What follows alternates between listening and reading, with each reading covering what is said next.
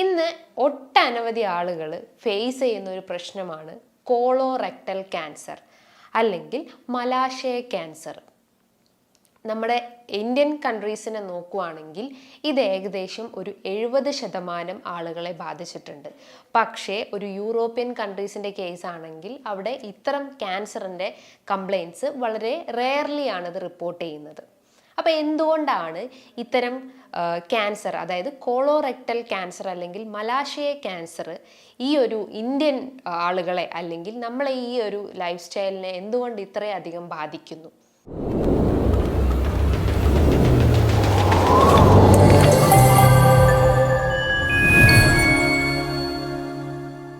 Hi, ഞാൻ doctor Juhi Das, QNB health കെയറിലെ homeopathic ഫിസിഷ്യനാണ്.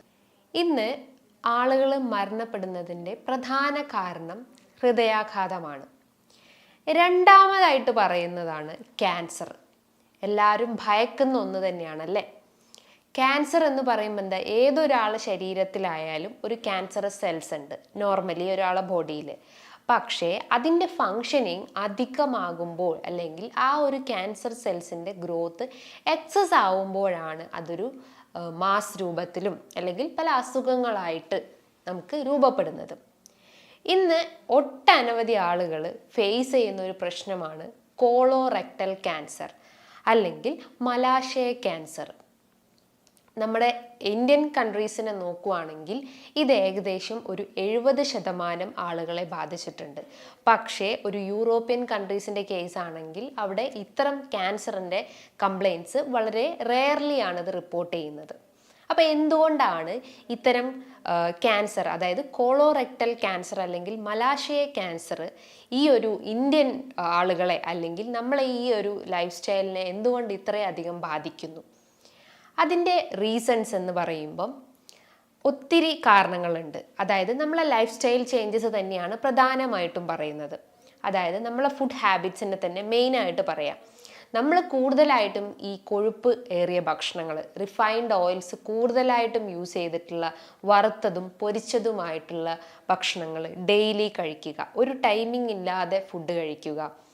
അതേപോലെ തന്നെ സാച്ചുറേറ്റഡ് ഫാറ്റ്സ്, അതായത് ഈ ഒരു ഫ്രൈഡ് ഐറ്റംസിലും അല്ലെങ്കിൽ അൺഹെൽത്തി ഫാറ്റ്സ് ആഡ് ചെയ്തിട്ടുള്ള പല പേസ്ട്രീസ്, ബിസ്ക്കറ്റ്സ്, ഐസ്ക്രീംസ്, കേക്ക്സ്, ഇതൊക്കെ നമ്മൾ ഡെയിലി ഒരു ക്വാണ്ടിറ്റി ഇല്ലാതെ കഴിക്കുകയാണെങ്കിലും അതിൻ്റെ ഭാഗമായിട്ടും ഇത്തരം കംപ്ലയിൻറ്റ്സ് സ്റ്റാർട്ട് ചെയ്യുന്നതാണ്. ഈ ഒരു കോളോറെക്ടൽ ക്യാൻസറിൻ്റെ ഗ്രേഡ് നോക്കുകയാണെങ്കിൽ ഏകദേശം ഒരു 4 ഗ്രേഡ് ഉണ്ട്. ഗ്രേഡ് 1, 2 കേസസിൽ അതൊരു അസിംറ്റമാറ്റിക് ആണ്. പക്ഷേ ഗ്രേഡ് 3 and 4 ആണെങ്കിൽ ഒരു സിംറ്റമാറ്റിക് അല്ലെങ്കിൽ ഒരു സിംറ്റംസ് കാണിച്ചു തുടങ്ങും. ഇനീഷ്യലി ഞാൻ പറഞ്ഞു ഇതിന് സിംറ്റംസ് വളരെ കുറവാണ്. അതായത് ചിലപ്പോൾ ഒരു റെക്ടൽ ബ്ലീഡിങ് അല്ലെങ്കിൽ ഒരു മലാശയ ബ്ലീഡിങ് ആയിട്ട് വരാം, അല്ലെങ്കിൽ വയറുവേദനയൊക്കെ ആയിട്ടായിരിക്കും തുടക്കത്തിൽ ഒരു പേഷ്യൻസിൻ്റെ കംപ്ലയിൻസ് ആയിട്ട് പറയുന്നത്. പക്ഷേ ഒരു സ്റ്റേജ് കഴിഞ്ഞാലാണ് അതിൻ്റെ സിംറ്റംസ് പ്രോമിനൻ്റ് ആയിട്ട് നിൽക്കുന്നത്. കോളോറെക്ടൽ ക്യാൻസർ, കോളോ എന്ന് പറയുമ്പോൾ എന്താ, അത് കുടലിനെ, അല്ലെങ്കിൽ കോളോറെക്ടൽ എന്ന് പറയുമ്പോൾ എന്താ, കുടൽ സംബന്ധമായിട്ടുള്ള, അതായത് വൻകുടലിനെയും ചെറുകുടലിനെയും ഒക്കെ അഫക്റ്റ് ചെയ്തിട്ടില്ലെങ്കിൽ നമ്മളെ രക്തത്തിനെയൊക്കെ അഫക്റ്റ് ചെയ്യുന്നതിനെയാണ് നമ്മൾ കോളോറെക്ടൽ ക്യാൻസർ എന്ന് പറയുന്നത്. നമുക്കറിയാം കുടലിൻ്റെ ഭാഗങ്ങൾ എന്ന് പറയുമ്പോൾ എന്താ, ascending colon, transverse colon, descending colon, ഇങ്ങനെ 3 ഏരിയാസ് ആയിട്ട് നമ്മൾ കോളോനെ തരംതിരിച്ചിട്ടുണ്ട്. അതായത് നമ്മൾ ഇൻറ്റസ്റ്റൈനെ തരംതിരിച്ചിട്ടുണ്ട്.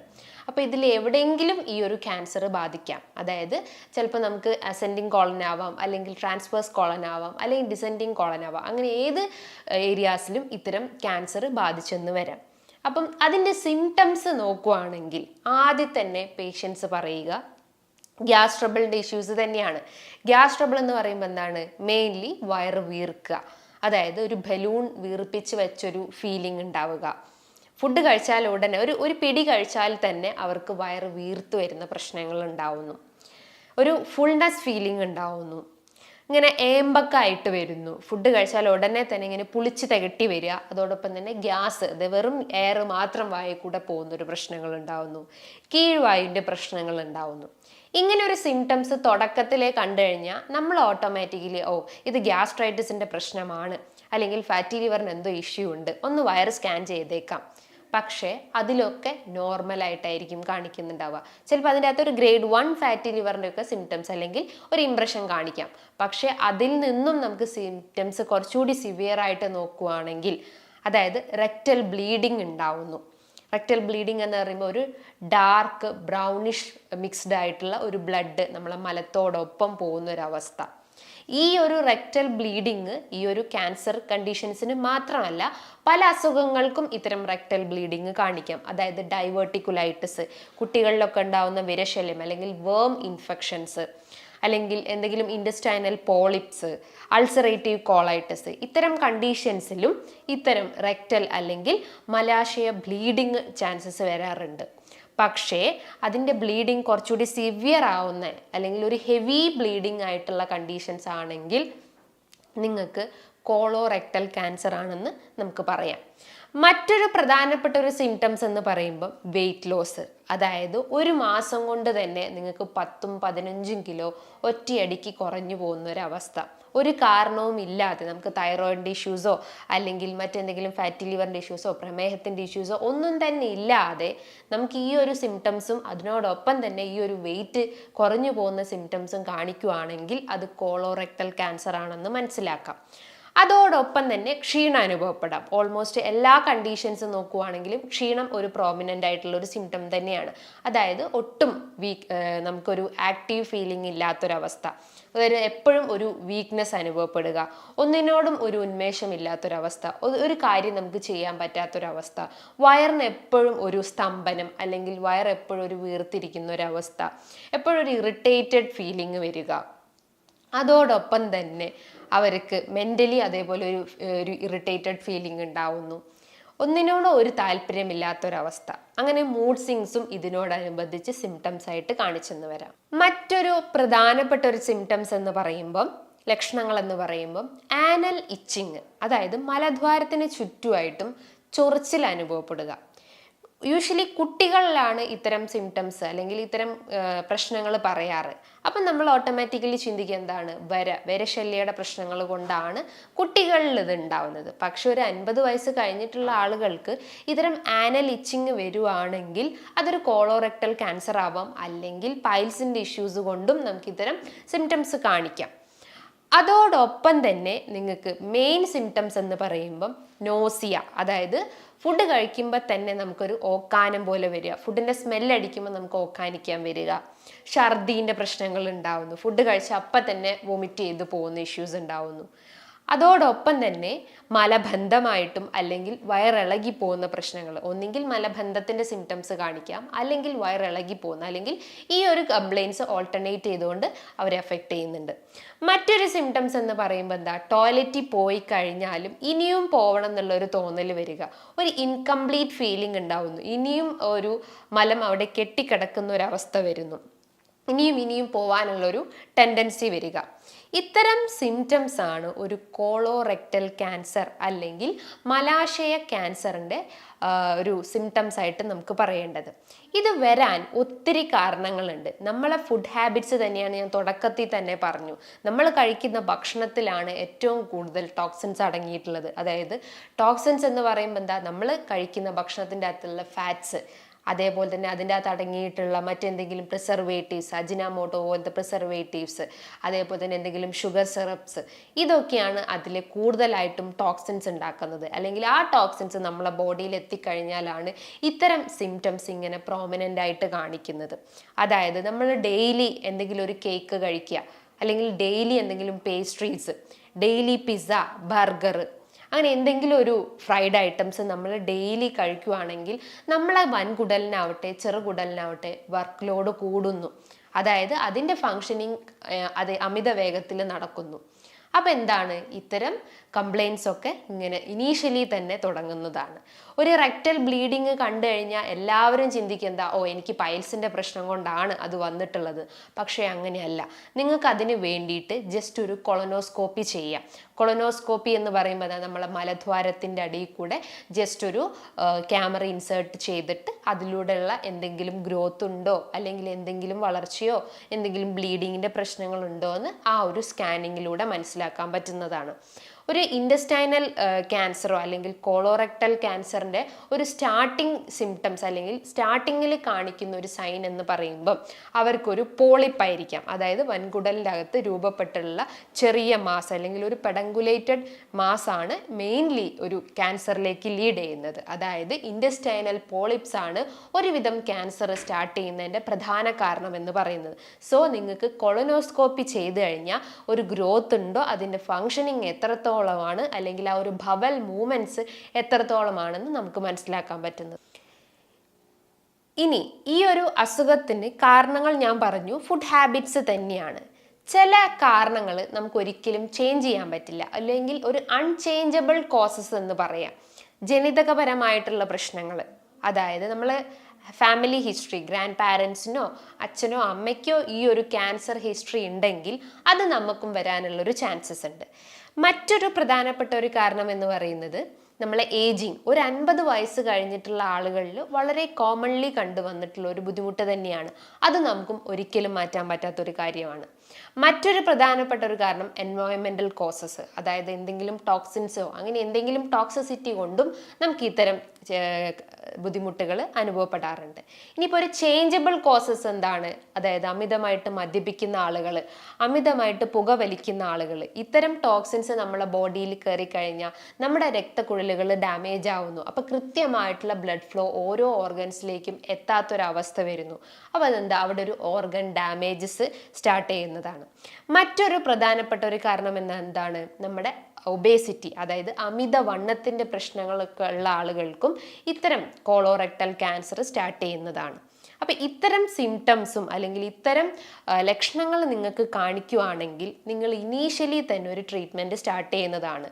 അതായത് ഒരു സിംറ്റംസ് നമ്മൾ വെച്ചുകൊണ്ടിരിക്കാതെ അതിൻ്റെ ആ ഒരു ഡേഞ്ചറസ് സ്റ്റേജിലോട്ട് പോവാതെ തന്നെ ഇനീഷ്യലി നമ്മളത് പ്രിവെൻറ്റ് ചെയ്യാൻ ശ്രമിച്ചു കഴിഞ്ഞാൽ നമുക്ക് ഒരുവിധം ഇത്തരം കംപ്ലയിൻസിനെയൊക്കെ അല്ലെങ്കിൽ ഇത്തരം രോഗങ്ങളെ നമുക്ക് തുടക്കത്തിൽ തന്നെ നമുക്ക് പ്രിവെൻറ്റ് ചെയ്യാൻ പറ്റുന്നത്. ഇനി ഈ ഒരു അസുഖത്തെ നമുക്ക് എങ്ങനെ പ്രിവെൻറ്റ് ചെയ്യാം, അല്ലെങ്കിൽ ആ അസുഖം വരാതിരിക്കാൻ വേണ്ടിയിട്ട് നമ്മൾ എടുക്കേണ്ട പ്രിക്കോഷൻസ് അല്ലെങ്കിൽ നമ്മൾ ഫോളോ ചെയ്യേണ്ട കാര്യങ്ങൾ നോക്കാം. പ്രധാനമായിട്ടും ഭക്ഷണ രീതികൾ തന്നെയാണ്. ഭക്ഷണ രീതികളുടെ അകത്ത് നിങ്ങൾ ആദ്യം ഫോളോ ചെയ്യേണ്ടത് ഹോൾ ഗ്രെയിൻ ഫുഡ് ഐറ്റംസ്, അതായത് തവിടുള്ള ഭക്ഷണങ്ങൾ ഡെയിലി നിങ്ങളെ ഭക്ഷണത്തിൽ ഉൾപ്പെടുത്താൻ ശ്രമിക്കുക. അതായത് മട്ടയരിയോ ചാമയരിയോ ഇതൊക്കെ ഡെയിലി നിങ്ങൾ കഴിക്കാൻ ശ്രമിക്കുക. വൈറ്റ് റൈസ് പൂർണ്ണമായിട്ടും ഉപേക്ഷിക്കാൻ ശ്രമിക്കുക. രണ്ടാമതായിട്ട് പറയേണ്ടത് വെജിറ്റബിൾസ്, അതായത് നല്ല രീതിയിൽ പച്ചക്കറികൾ കഴിക്കുക. അതായത് നിങ്ങളെ തൊടിയിൽ തന്നെ ഉണ്ടാക്കിയെടുത്തിട്ടുള്ള പച്ചക്കറികളാണെങ്കിൽ അത്രയും ന്യൂട്രിയൻസ് നമ്മുടെ ശരീരത്തിൽ എൻ്റർ ചെയ്യുന്നതാണ്. മൂന്നാമതായിട്ട് നിങ്ങൾക്ക് എന്തെങ്കിലും അഡിക്ഷൻസ് ഉണ്ടെങ്കിൽ, ഞാൻ പറഞ്ഞു ആൽക്കഹോളിക് അഡിക്ഷൻസോ സ്മോക്കിംഗ് അഡിക്ഷൻസോ ഒക്കെ ഉണ്ടെങ്കിൽ അത് പൂർണ്ണമായിട്ടും കൺട്രോൾ ചെയ്യാൻ ശ്രമിക്കുക. ഇനിയിപ്പോൾ അമിതവണ്ണമുള്ള ആളുകളാണെങ്കിൽ എന്ത് ചെയ്യണം, വർക്കൗട്ട് ചെയ്യാൻ ശ്രമിക്കുക. ബോഡിക്ക് എപ്പോഴും എക്സസൈസ് ഫോക്കസ് ചെയ്യാൻ ശ്രമിക്കുക. ഒരു 1 വീക്കിൽ നിങ്ങളൊരു 150 മിനിറ്റ്സ് എങ്കിലും നിങ്ങൾ വർക്കൗട്ടിൽ ഇൻവോൾവ് ചെയ്യാൻ ശ്രമിക്കുക. അതായത് ഒരു ഡേ നോക്കുകയാണെങ്കിൽ നിങ്ങളൊരു 25 to 30 മിനിറ്റ്സ് ഡെയിലി വർക്കൗട്ട് ചെയ്യാൻ ശ്രമിക്കുക. അതായത് ഈ ഒരു ഹിപ്പ് റീജിയനിൽസുള്ള ആ ഒരു വർക്കൗട്ട് കൂടുതലായിട്ടും ഫോക്കസ് ചെയ്യാൻ ശ്രമിക്കുക. നിങ്ങളെ കുടലിൻ്റെ അതായത് നിങ്ങളെ ബോഡി മൂവ്മെൻറ്റ്സ് നിങ്ങളെ കുടലിനെയും സ്വാധീനിക്കുന്ന രീതിയിലുള്ള വർക്കൗട്ടുകൾ ഫോളോ ചെയ്യാൻ ശ്രമിക്കുക. സ്ലീപ്പ് സൈക്കിളും ഇതിൽ വളരെയേറെ ഇമ്പോർട്ടൻ്റ് ആയിട്ടുള്ള ഒന്ന് തന്നെയാണ്. കൃത്യമായിട്ടുള്ള ഒരു ഉറക്കം ഇല്ലെങ്കിൽ നമ്മളെ ബോഡിയിലുള്ള ഫിസിയോളജിക്കൽ ആക്ടിവിറ്റീസിലും ഡാമേജസ് വരുന്നു. അതായത് കൃത്യമായിട്ടുള്ളൊരു ഫങ്ഷനിങ് നമ്മളെ ബോഡിയിൽ നടക്കാതെ വരുന്നു. അപ്പോൾ കൃത്യമായിട്ടുള്ളൊരു ഉറക്കവും മെയിൻറ്റെയിൻ ചെയ്യാൻ ശ്രമിക്കുക. കൃത്യമായ അളവിൽ വെള്ളം മെയിൻറ്റെയിൻ ചെയ്യാൻ ശ്രമിക്കുക. ഡെയിലി ഒരു 10 to 12 ഗ്ലാസ് ഡെയിലി വെള്ളം കുടിക്കാൻ ശ്രമിക്കുക. അപ്പോൾ ഈ ഹാർഡ് സ്റ്റൂൾസ് അല്ലെങ്കിൽ മലം കട്ടിയായി പോകുന്ന പ്രശ്നങ്ങളൊക്കെ ഉണ്ടെങ്കിൽ അത് നമുക്ക് കൺട്രോൾ ചെയ്യാൻ പറ്റുന്നതാണ്. ഈ ഒരു കോളോറെക്ടൽ ക്യാൻസർ ഇന്ത്യയിലെ സൗത്ത് ഇന്ത്യൻസിൽ നോക്കുകയാണെങ്കിൽ വളരെ കുറവാണ്. പക്ഷേ നോർത്ത് ഇന്ത്യൻസിൻ്റെ കേസ് നോക്കുകയാണെങ്കിൽ അവർക്ക് ഈ ഒരു ക്യാൻസർ റേറ്റ് വളരെ ഹൈ ആണ്. അതിൻ്റെ കാരണം എന്താണ്? നമ്മൾ ഈ ഒരു സൗത്ത് ഇന്ത്യൻസ് കൂടുതലായിട്ടും സുഗന്ധവ്യഞ്ജനങ്ങൾ യൂസ് ചെയ്യുന്നുണ്ട്. അതായത് കുരുമുളക്, ഇഞ്ചി, വെളുത്തുള്ളി, മഞ്ഞൾ ഇതൊക്കെ നമ്മൾ ഡെയിലി നമ്മളെ ഭക്ഷണത്തിൽ ഉൾപ്പെടുത്തുന്നുണ്ട്. ഇതൊരു ഗ്രേറ്റ് ആൻറ്റി ഓക്സിഡൻറ്റ് പ്രോപ്പർട്ടി ഉണ്ട്. അതേപോലെ തന്നെ ആൻറ്റി ഇൻഫ്ലമേറ്ററി പ്രോപ്പർട്ടി ഉണ്ട്. ശരീരത്തിൽ ഉണ്ടാവുന്ന ടോക്സിൻസിനെ റിമൂവ് ചെയ്യാനും ഫ്രീ റാഡിക്കൽസിനെ കുറയ്ക്കാനും ശരീരത്തിൽ ഉണ്ടായിക്കൊണ്ടിരിക്കുന്ന നീർക്കെട്ടിനെ കുറയ്ക്കാൻ സഹായിക്കുന്നതാണ് ഇത്തരം ഇൻഗ്രീഡിയൻസ്.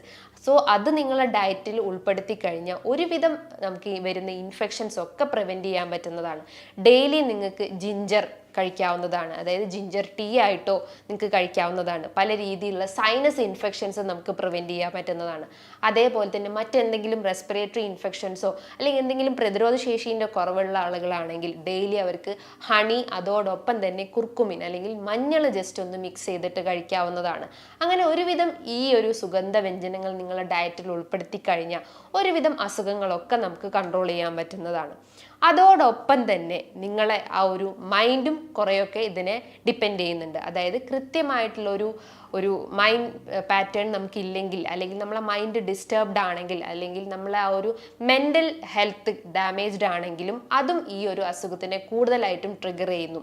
അതായത് നമ്മൾ മാനസികമായിട്ട് എന്തെങ്കിലും ടെൻഷനോ സ്ട്രെസ്സോ ഒക്കെ ഉള്ള ആളുകളാണെങ്കിൽ ചില ആളുകൾക്ക് അവർക്ക് അതിനോടനുബന്ധിച്ച് എന്തെങ്കിലും ദഹനത്തിൻ്റെ ബുദ്ധിമുട്ടുകൾ പ്രോമിനൻ്റ് ആയിട്ട് നിൽക്കുന്നു. അപ്പോൾ എന്തെങ്കിലും ടെൻഷൻസ് ഒക്കെ ഉള്ള ആളുകളാണെങ്കിൽ ഡെയിലി ഒരു 15 മിനിറ്റ് എന്തെങ്കിലും ഒരു യോഗ പ്രാക്ടീസ് ഫോളോ ചെയ്യാൻ ശ്രമിക്കുക.